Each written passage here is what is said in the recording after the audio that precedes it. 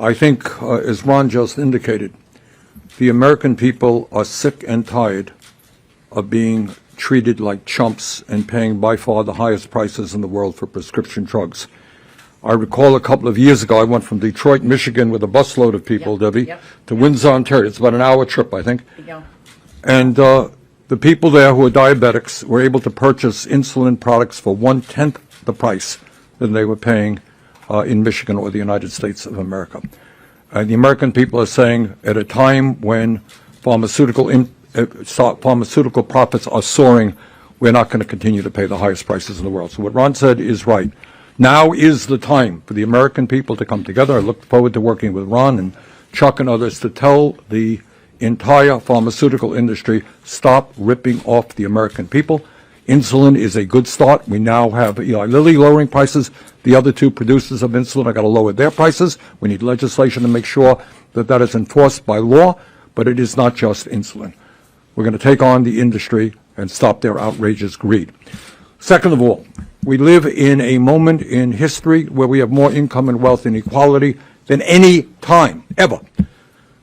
Billionaire class is doing phenomenally well. Middle class is shrinking. You've got millions and millions of people struggling to put food on the table.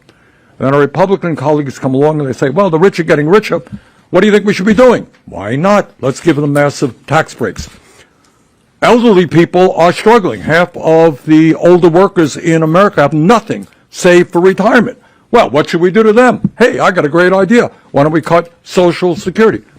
We're the only major country on earth not to guarantee health care to every man, woman, and child is a human right. 85 million are uninsured or underinsured. Well, how do we deal with the health care crisis? I got another brilliant idea. Let's cut Medicare. Let's cut Medicaid. So on all of these issues, the Republican proposal is moving us in exactly the wrong direction. The time now is to stand up to the people who have the wealth and the power and represent the needs of the working class and middle class, not the opposite. And I look forward to working with my colleagues. Hello, friends. I have breaking news to share with you this Tuesday. So you may be receiving an important letter from the Internal Revenue Service very soon. These letters will include new information on stimulus payments and tax rebate checks. Due to new legislation, you may qualify to claim at least one more relief payment this month. My friends, please make sure that you watch until the end of this video. Also, to say thank you for being here every day, I am giving away 2 $75 Walmart gift cards this coming Friday. Please enter the weekly giveaway by clicking and liking several of my videos. And then comment below the keyword of each video that you watch. My friends, the more videos that you watch and then comment on, the greater your chances of winning the weekly giveaways. It is officially tax filing season in the United States. In 2020 and 2021, our federal government issued 3 rounds of economic impact payments, also known as stimulus checks, to provide financial relief to all eligible Americans during the early days of the crisis. In 2020, the federal government introduced the Recovery Rebate Credit. Stimulus checks were advance payments of this tax credit. The first and second rounds of stimulus checks were then issued in 2020 and early 2021.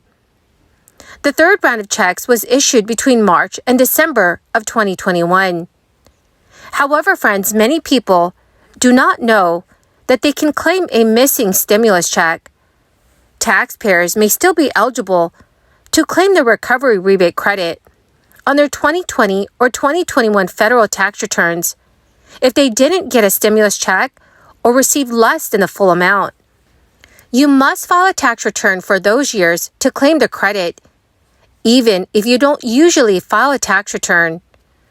But if you did file a return, but did not claim the credit, you must file an amended return to receive the credit.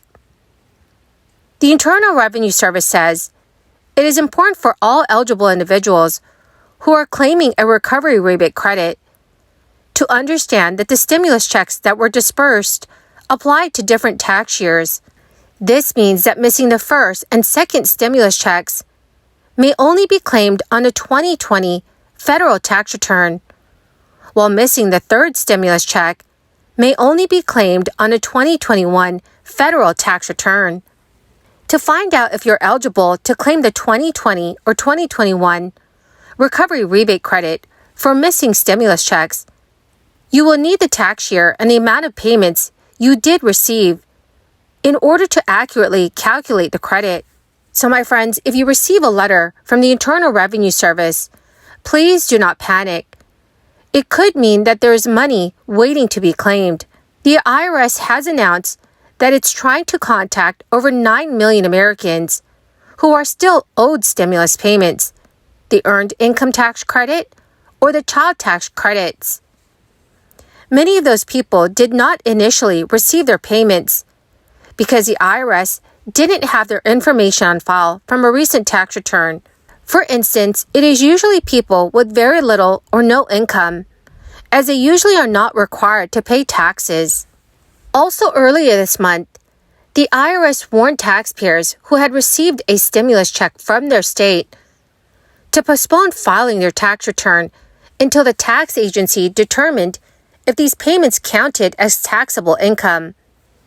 But the guidance is now available, and for taxpayers in the state of California, the news is good. Because a middle-class tax refund is classified as a payment made for the promotion of general welfare or as a disaster relief payment, the checks will not be taxed at the federal level.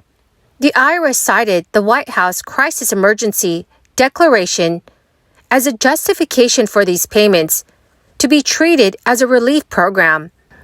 Since the White House plans to end the Crisis Emergency Declaration in May 2023, these types of payments may be subject to federal taxes. State governments should be aware that when the crisis state of emergency is lifted, any payments made to their residents are likely to be taxed, and recipients should be informed of that fact to ensure they are not caught by surprise when filing their federal tax returns. The majority of state-level payments made last year will not be taxed. In addition to residents of the Golden State, those who received a check in the states of Alaska, Connecticut, Delaware, Florida, Hawaii, Idaho, Maine, New Mexico, New York, Pennsylvania, and Rhode Island will not be required to report any additional payment as income to the IRS. Well, my beautiful and amazing best friends, that is the end of my daily stimulus update video for this Tuesday. Thank you so much, friends, for being part of this community and for being here every single day. To say thank you, I will be announcing 2 winners this coming Friday for the Walmart gift card giveaway. If you'd like to enter the weekly giveaways, friends, all you have to do is click and like several of my videos, and then comment below the keyword of each video that you watch. My friends, the more videos that you watch and then comment on, the greater your chances of winning the giveaways. Thank you, friends, and have a wonderful and very blessed week.